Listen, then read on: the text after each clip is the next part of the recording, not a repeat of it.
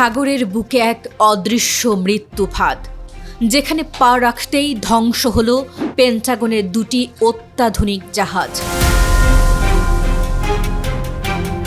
Iran যখন একের পর এক মিসাইল ছুড়ছে, ট্রাম্প তখন নিজের উচ্চাভিলাষী প্রজেক্ট ফ্রিডম স্থগিত করে পালানোর পথ খুঁজছেন।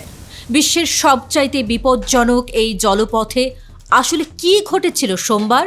এনবিসি নিউজের বরাত দিয়ে জানা যাচ্ছে, হরমুজ প্রণালী অতিক্রম করা দুঃসাহস দেখাতেই মার্কিন সামরিক সদস্যদের বহনকারী জাহাজগুলোর ওপর ঝাঁপিয়ে পড়ে ইরানি গোলন্দাজ বাহিনী। মুহূর্তের মধ্যে আগুনের কুণ্ডলিতে পরিণত হয় জাহাজ দুটি। যুক্তরাজ্যের মেরিটাইম ট্রেড অপারেশনস এই জলপথকে এখন পৃথিবীর সবচাইতে বিপজ্জনক বিন্দু হিসেবে ঘোষণা করেছে। ওয়াশিংটন যখন ক্ষয়ক্ষতির অঙ্ক মেলাতে ব্যস্ত, তেহরান তখন গভীর নীরবতায় বুঝিয়ে দিচ্ছে আগ্রাসনের চূড়ান্ত প্রতিশোধ নিতে তারা কতটা মরিয়া। ইরানের এই কঠোর হুঁশিয়ারি আর রণাঙ্গনে ব্যর্থতার মুখে কার্যত নতি স্বীকার করেছেন ডোনাল্ড ট্রাম্প। ঢাকঢোল পিটিয়ে শুরু করা তথাকথিত প্রজেক্ট ফ্রিডম আজ স্থগিত করতে বাধ্য হল হোয়াইট হাউস। বিশ্বের মোট তেল বাণিজ্যের 1/5 যার নিয়ন্ত্রণে, সেই হরমুজের চাবিকাঠি এখন পুরোপুরি ইরানের মুঠোয়। ট্রাম্পের প্রতিটি কৌশল আজ তেহরানের কাছে পরাজিত। দাবার এই বোর্ডে ইরান এখন চাল দিচ্ছে না, বরং আমেরিকার প্রতিটি চালকে গুঁড়িয়ে ধুলোয় মিশিয়ে দিচ্ছে।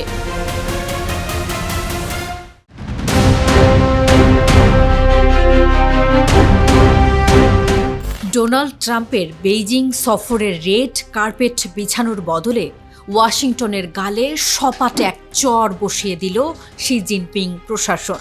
যে যুদ্ধকে আমেরিকা পবিত্র বলছে, বেইজিংয়ের মাটিতে বসে তাকেই অবৈধ আর গুন্ডামি বলে ঘোষণা করল চীন। ট্রাম্প আসার আগেই বেইজিংয়ে ইরানের পররাষ্ট্রমন্ত্রীকে রাজকীয় অভ্যর্থনা জানিয়ে চীন বুঝিয়ে দিল পারস্যের এই সিংহেরাই এখন ড্রাগনের সবচাইতে বড় মিত্র। বুধবার বেইজিংয়ে ইরানের পররাষ্ট্রমন্ত্রী আব্বাস আরাগচির সাথে বৈঠকে বসেন চীনের শীর্ষ কূটনীতিক ওয়াং ই। সেখানে মার্কিন ইসরায়েলি আগ্রাসনকে সরাসরি আন্তর্জাতিক আইনের লঙ্ঘন বলে ধুয়ে দিয়েছে বেইজিং। সবচাইতে বড় চমক এসেছে আমেরিকার নিষেধাজ্ঞার ক্ষেত্রে। ওয়াশিংটন যখন চীনা শোধনাগারগুলোকে হুমকি দিচ্ছে, বেইজিং তখন প্রথমবারের মতো ব্লকিং রুল জারি করে মার্কিন আদেশকে ডাস্টবিনে ফেলে দিয়েছে। ট্রাম্পের প্রজেক্ট ফ্রিডম যখন মুখ থুবড়ে পড়ছে, তখন চীনের এই প্রকাশ্য বিদ্রোহ পেন্টাগনের রাতের ঘুম কেড়ে নিয়েছে। জাতিসংঘে ট্রাম্প যখন নতুন নিষেধাজ্ঞার জাল বুনছেন, বেইজিং আর মস্কো তখন তৈরি রাখছে তাদের ভেটো অস্ত্র। পররাষ্ট্রমন্ত্রী আরাগচি সাফ জানিয়ে দিয়েছেন, ন্যায্য অধিকারের নিচে কোনো আপোষ করবে না তেহরান। ট্রাম্পের সফরের মাত্র কয়েকদিন আগে এই বৈঠক মূলত ওয়াশিংটনের প্রতি এক বিশাল সতর্ক বার্তা। মার্কো রুবিও যখন ইরানকে এক ঘরে করার দিবাস্বপ্ন দেখছেন, বেইজিং তখন ইরানকে সাথে নিয়ে বিশ্ব রাজনীতির নতুন মেরুকরণ চূড়ান্ত করে ফেলেছে। ট্রাম্প কি পারবেন বেইজিংয়ে গিয়ে চীনের এই শক্ত অবস্থান টলাতে, নাকি ইরান চীন মৈত্রীর কাছে নতি স্বীকার করতে হবে পরাশক্তি আমেরিকাকে?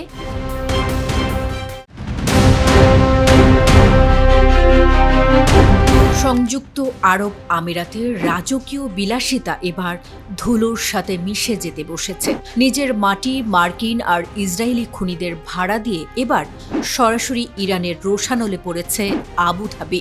তেহরানের বার্তা পরিষ্কার, যদি শত্রুতা বন্ধ না হয়, তবে পারস্য উপসাগরের এই পার থেকে শুরু হবে এমন এক মহাপ্রলয় যা আমিরাতের অস্তিত্বকেই সংকটে ফেলে দেবে। মঙ্গলবার ইরানের পররাষ্ট্র মন্ত্রণালয় থেকে পাঠানো এক কড়া বার্তায় আবুধাবিকে সাফ জানিয়ে দেওয়া হয়েছে, নিজেদের মাটি ব্যবহার করে ইরানের ওপর হামলা চালানোর দিন শেষ। 28 ফেব্রুয়ারি থেকে 7 এপ্রিল পর্যন্ত মার্কিন আগ্রাসনে যে দেশগুলো ওয়াশিংটনের লঞ্চ প্যাড হিসেবে কাজ করেছে, তাদের তালিকায় উপরের দিকেই আছে আমিরাতের নাম। ইরানের দাবি, তারা এতদিন সর্বোচ্চ ধৈর্য দেখিয়েছে, কিন্তু জাতীয় নিরাপত্তার প্রশ্নে তারা এখন বিন্দু মাত্র ছাড় দিতে রাজি নয়। আমিরাতের মাটিতে থাকা প্রতিটি মার্কিন সামরিক সরঞ্জাম এখন ইরানের ঘাতক মিসাইলের প্রধান লক্ষ্যবস্তু। ইরান ইতিমধ্যে ১০০ দফারও বেশি সফল পাল্টা আক্রমণে পেন্টাগনের ভিত নড়িয়ে দিয়েছে। তেহরান স্পষ্ট করে দিয়েছে তাদের লক্ষ্য কোনো বেসামরিক মানুষ নয়, বরং আমিরাতের ভেতরে ঘাপটি মেরে থাকা সেই সব শত্রু ঘাঁটি। বাহরাইন, কাতার কিংবা জর্ডান যারাই ওয়াশিংটনকে সাহায্য করবে তাদের প্রত্যেককেই এই আগুনের আঁচ সইতে হবে। আঞ্চলিক শান্তি নষ্ট করার দায়ে এখন আমিরাতকে কাঠ গড়ায় দাঁড় করিয়েছে তেহরান। দাবার বোর্ডে ভুল চাল দিলে যে রাজা রক্ষা পায় না তা আমিরাতকে হারে হারে বুঝিয়ে দিচ্ছে পারস্যের যোদ্ধারা।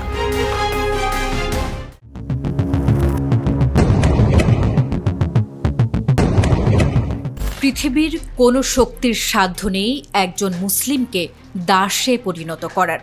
ওয়াশিংটনের সামরিক হুমকির মুখে দাঁড়িয়ে এই অদম্য ঘোষণা ইরানের প্রেসিডেন্ট মাসুদ পেজেশকিয়ানের।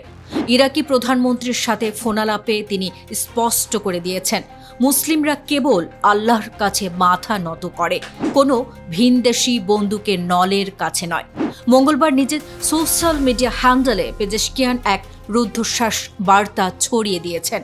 তিনি জানিয়েছেন, ইরাকের নবনির্বাচিত প্রধানমন্ত্রী আলিফ আলী আল জাইদের সাথে আলাপকালে তিনি আমেরিকাকে দ্রুত এই অঞ্চল থেকে সামরিক হুমকি সরিয়ে নেওয়ার তাগিদ দিয়েছেন। পেজেশকিয়ানের দাবি, যুগ যুগ ধরে মুসলমানরা প্রমাণ করেছে জোর করে বা অস্ত্রের ভাষায় তাদের বশ করা অসম্ভব। পেন্টাগন যে সামরিক পেশি প্রদর্শনের ভয় দেখাচ্ছে তা ইরানের ইস্পাত কঠিন মনোবলের কাছে স্রেফ খেলনা ছাড়া আর কিছুই নয়। প্রেসিডেন্ট পেজেশকিয়ান মনে করিয়ে দিয়েছেন, মুসলিমরা ইতিমধ্যে আত্মসমর্পণ করেছে, তবে তা কেবল মহান আল্লাহর কাছে। তাই অন্য কোনো শক্তি বা পররাষ্ট্রের আধিপত্য মেনে নেওয়ার প্রশ্নই ওঠে না। ইরাক ও ইরানের এই ক্রমবর্ধমান কৌশলগত ঐক্য ওয়াশিংটনের জন্য এক অশনি সংকেত। তেহরান বুঝিয়ে দিয়েছে তারা শান্তির পক্ষে, কিন্তু সম্মানের প্রশ্নে তারা আপোষহীন। মার্কিন কর্মকর্তাদের প্রতি তার পরামর্শ, অহেতুক উস্কানি বন্ধ করে এই অঞ্চল থেকে পাত্তারি গুটিয়ে নেওয়াটাই হবে বুদ্ধিমানের কাজ।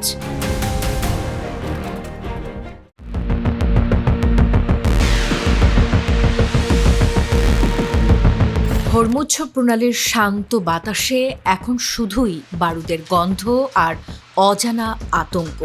একদিকে মার্কিন রণতরী ডুবিয়ে দেওয়ায় ইরানি হুঙ্কার, অন্যদিকে 6টি বোট ধ্বংসের দাবি পেন্টাগনের। কোনটি সত্য আর কোনটি স্রেফ কূটনৈতিক ধোঁয়াশা? আমিরাতের ফুজাইরা বন্দরে দাউ দাউ করে জ্বলা আগুন যেন ট্রাম্পের শেষ সুযোগকেও ছাই করে দিচ্ছে। দাবি আর পাল্টা দাবির আড়ালে লুকিয়ে আছে এক বিভীষিকাময় সত্য। তেহরানের দাবি, তাদের ড্রোনের আঘাতে এফোর হয়েছে মার্কিন রণতরী। পেন্টাগন তা অস্বীকার করলেও দাবি করেছে 6টি ইরানি বোট ডুবিয়ে দেওয়ার। কিন্তু এই যুদ্ধের আগুনে নতুন করে পড়ছে সংযুক্ত আরব আমিরাত। ফুজাইরা বন্দরের তেল শোধনাগারে ইরানের নজিরবিহীন হামলায় যখন আকাশ কালো ধোঁয়ায় আচ্ছন্ন, তখন ইরান বলছে আমেরিকার সামরিক হঠকারিতার মাসুল দিচ্ছে আবুধাবি। এমনকি 5 বেসামরিক মানুষের মৃত্যু দায়ে পেন্টাগনকে কাঠ গড়ায় দাঁড় করিয়েছে তেহরান। সবচাইতে বড় শঙ্কার নাম এখন ইরানের নতুন মানচিত্র। আমিরাতের জলসীমা নিজেদের দাবি করে তেহরান যেন গোটা মধ্যপ্রাচ্যকে এক চরম যুদ্ধের আল্টিমেটাম দিয়েছে।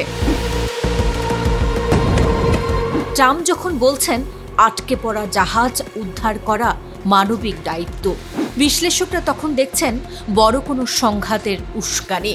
হরমুজের প্রতিটি ইঞ্চি এখন এক একটি বারুদের গুদাম। পাকিস্তান মাঝপথে দাঁড়িয়ে আগুন নেভানোর চেষ্টা করলেও তেহরান আর ওয়াশিংটন কেউই এক চুল জমি ছাড়তে রাজি নয়। এই পাল্টাপাল্টি হামলায় শেষ পর্যন্ত কে হারবে আর কে জিতবে? হরমুজের এই অচলাবস্থা কি বিশ্বকে আরও এক ভয়াবহ দুর্ভিক্ষের দিকে ঠেলে দিচ্ছে?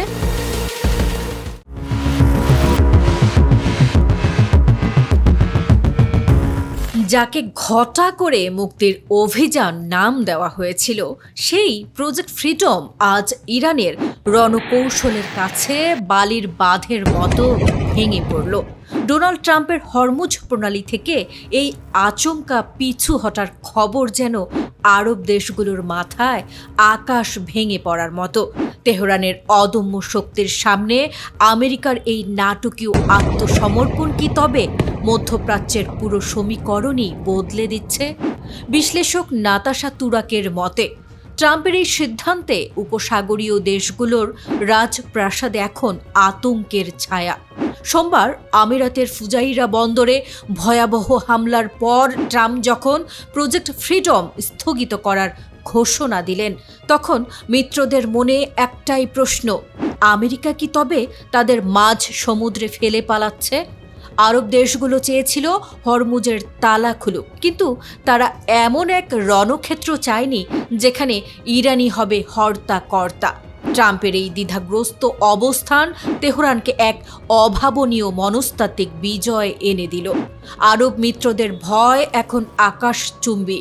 তারা দেখছে ট্রাম্প এই সংঘাত থেকে নিজেকে সরাতে এতটাই মরিয়া যে ইরান এখন এই জলপথের একচ্ছত্র গেটকিপার হওয়ার স্বপ্নে বিভোর। একদিকে আমেরিকার স্থায়ী সামরিক উপস্থিতি তারা চায় না, অন্যদিকে ইরানকে হরমুজের চাবি তুলে দিতেও তারা নারাজ। কিন্তু ট্রাম্পের এই মাঝপথে হাল ছেড়ে দেওয়ার সংস্কৃতি ইরানকে আরও সাহসী করে তুলেছে।